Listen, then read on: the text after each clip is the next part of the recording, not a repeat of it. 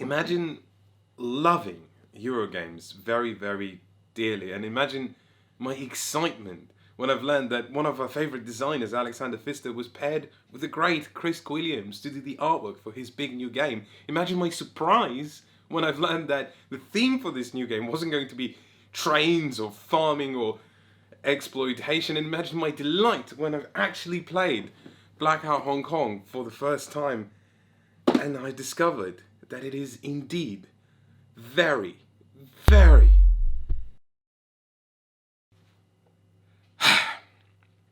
typical. Not the game. The game's not typical. The situation is typical. You know what I mean. Roll the intro. Welcome to Hong Kong in 2020. A world suddenly plunged into darkness. There is no power, no smartphones, no shops, no banks, no hope for survival. Thankfully, you're not surviving. You are here to re-establish order. And whoever is best at re-establishing order wins? Which is very weird. Like most Eurogames, the winner at the end of the game is the person with the most points. And what are these points, aside from prizes? And more importantly, why are we competing? Are we heartless corporations pursuing government contracts to set up ramshackle excuses for hospitals, leeching on the power of free labor provided by brave volunteers who risk their lives because they're idealists?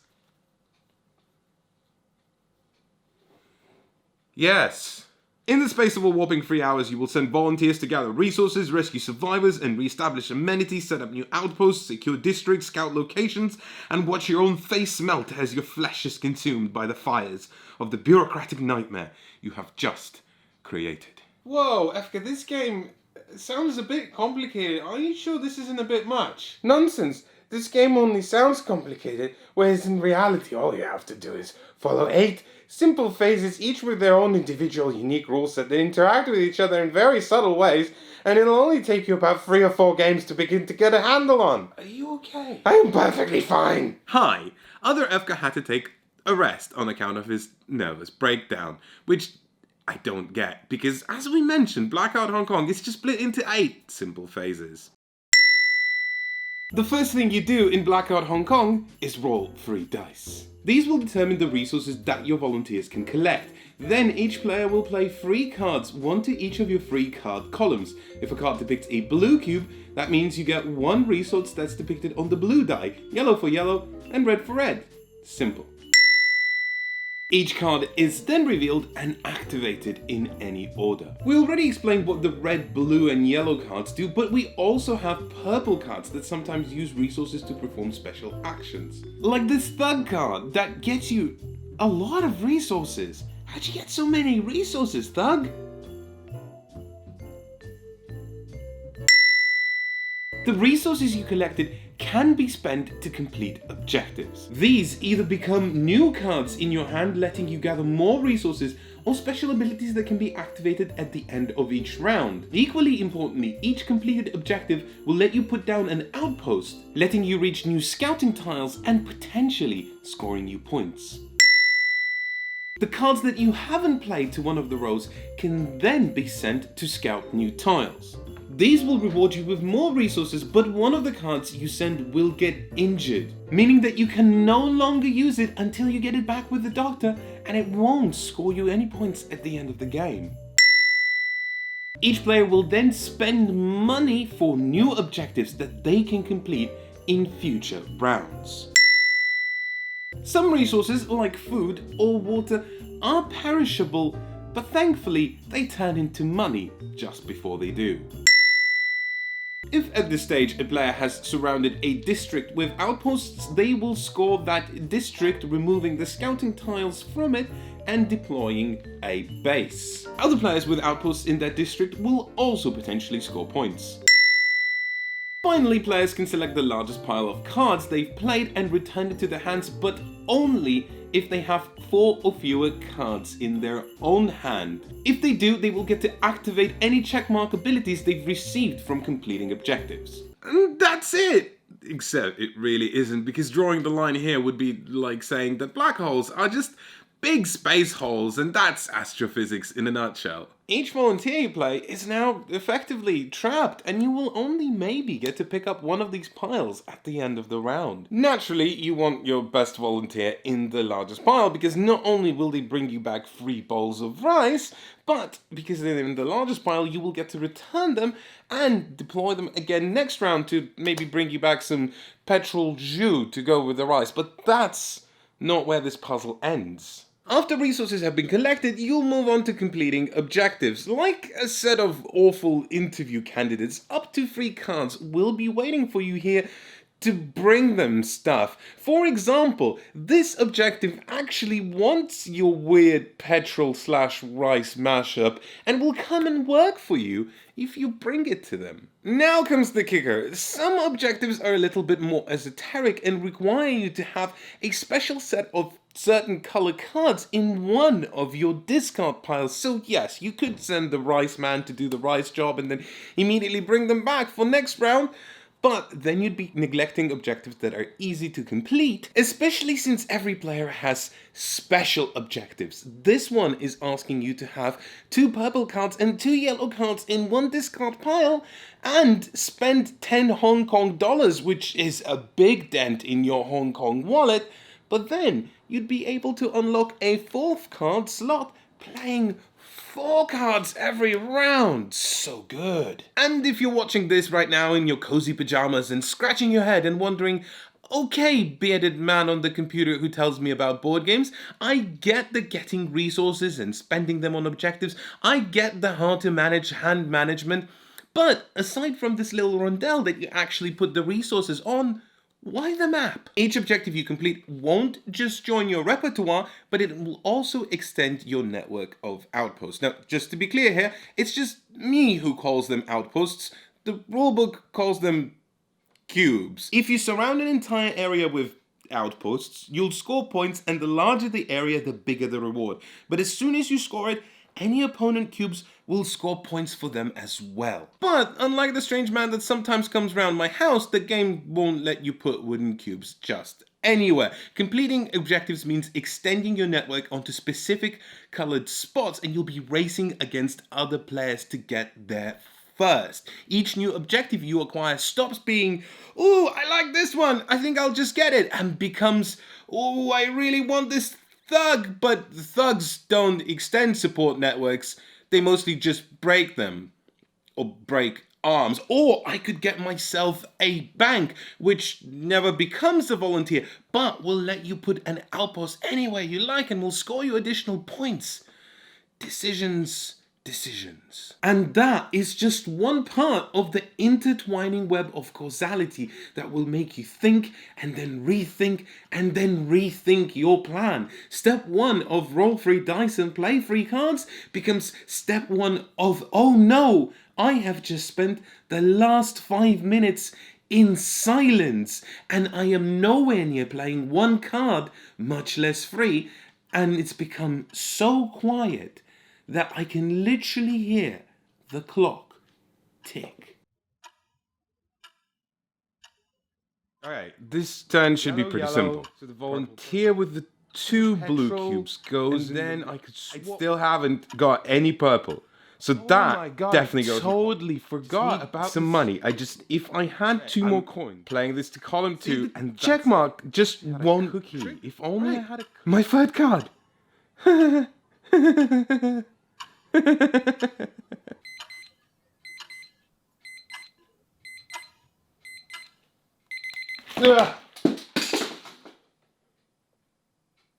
No, that won't work. This is that exact feeling we are looking for in a good Euro game. Like the answer is just on the tip of our tongue, and if we could just reach out and grab it, we would seize the day.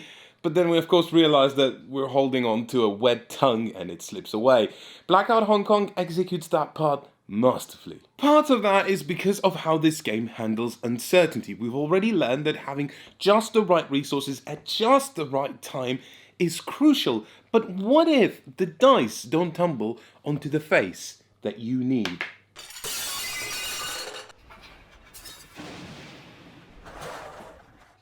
That's okay. You can spend transportation tokens to effectively travel along this rondel to get something else. And of course, they're a little orange truck, so you can go beep, beep, beep as you go along. Haven't got any transportation tokens. That's not a problem. You can get as many as you like at any point, at a cost of 1 victory point per transportation token. Beep beep indeed. Which means any plan you have, you can make it work. But what are the repercussions? One of the key decisions comes in the very first round. Each player starts with 2 objectives, and at a push, if you wanted to, you could complete both of them. And it would make you feel very smart. First, because every single volunteer that you've sent away on a mission has brought you resources, you are left without money. And money is what you need to acquire new objectives, leaving you a floundering mess for rounds 2 and 3 until you restart your economy. Second, because you just had these objectives / volunteers join your ranks, the ones you send out don't actually want to come back and work for you, restricting your choices, making your piles harder to manage. I just heard it. One of the main criticisms that Blackout gets is that it's a game that just doesn't feel thematic, which I totally get, but I also disagree with. What we have here is a game that leaves you to discover the theme for yourself. The rulebook that teaches you the game very well, I might add, never tells you that the reason you rescore a card when you bring it back with the medic from the hospital is because everyone's morale is boosted as they rejoice the return of the brave volunteer. You have to imagine that for yourself. Every little rule in this game has a reason to exist, not just because it makes the game's systems work, but because it makes sense to this world. A world where batteries are a universal resource and serve as a substitute for food. But the game does nothing to bring these elements to the surface, and if I had to blame one thing here, I would have to blame the artwork. Which doesn't feel great, because if we compare it to most games produced in Germany, it is still a stunner. But if we compare it to other works of Chris Quilliams, frankly, it's a disappointment. You can still recognize his style, especially in the character artwork, but one look at the card borders and you realize that publisher Eggenspiel had all this wonderful character artwork and had no idea what to do with it. And at no point do we actually feel like we are in Hong Kong. Check out this board. Yes, it's a map of the city, but would it have killed to at least name the districts? Would it have killed to fill these empty black spaces with illustrations of a population in distress, of iconic locales? My guess is that the artwork was rushed to meet the deadline of releasing at Essenspiel, further evidenced by the surprise announcement of the game just 2 weeks before the massive convention, and the 2-player version of the game closing up just before you feel like your engine starts going. In fact, after consulting with Mr. Pfister, we have added 6 cards to the objectives deck, which works as an endgame timer, and suddenly it started to feel much more like a 4-player game. Every time I teach this game to someone, they have the exact same reaction that we did when we first play it. About 30 minutes in, they look up from the player board and with a glint of epiphany in their eyes, they utter, "This game is amazing." But if you were going to ask me whether this is going to be your favorite Alexander Pfister game, then I'd have to admit that the outlook isn't great. Let's set the record straight. This game is pretty good, but if we can criticize Chris Williams for artwork that is below his standard, then Mr. Pfister, we accept nothing less than perfection. With Blackout, I am 6 games in and I still feel like I'm learning how some of the strategies relate to each other. I have no trouble with the rules, but I am yet to crack the real subtle parts of the gameplay. And that's very rewarding if you want to play the game over and over again. But here's the funny thing. With each game, I felt like I've learned more, understood more, had to work harder, and each game, my scores have gotten worse. Which isn't the criticism, but bear with me. Surely if I've played the game more and felt like I understood it more, my scores should get better, right? And I mean, they weren't that terrible, apart from that one time when I had an ear infection and Quinn's beat me, but that time totally doesn't count, okay? I've started noticing two things. It was really hard to string together a cohesive strategy, and just because I understood those strategies more, I started going for them more and realized that the more I went for them, the wishy-washier my game became. And the second thing, no matter what strategy I went for, it all felt a bit samey. Which is perfectly fine, except that if you played the game 4 times, the novelty starts to wear off and the things that you do start feeling rote. There aren't many new things to explore, and the things that are left to explore feel a lot like the things you've already been exploring. Most folks tend to compare Blackout to Alexander Pfister's previous game Mombasa because they share a similar card-playing mechanism, but I think it's much more useful to compare it to Great Western Trail, arguably his most popular complex game, and one that is immediately more accessible. You can go either the train route, or the cow route, or the building route, and even though they mix and overlap, you have a direction and a purpose, and most importantly, you have a different experience. The recommendation pretty much writes itself here. If you're a die-hard Alexander Pfister fan, sure, there is enough game here to keep you dazzled. But let's be honest, you probably already own it. But if you haven't played either of these, then this is the one to buy. Especially now, since there's an expansion to it, adding even more replayability to this wonderful game. If you enjoyed this video, you should click some buttons that will let YouTube know that you like us. And that way...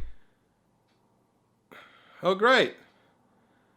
I guess we'll just sit here in silence because of the blackout thing. Thematic. Do we have a battery I could suck on?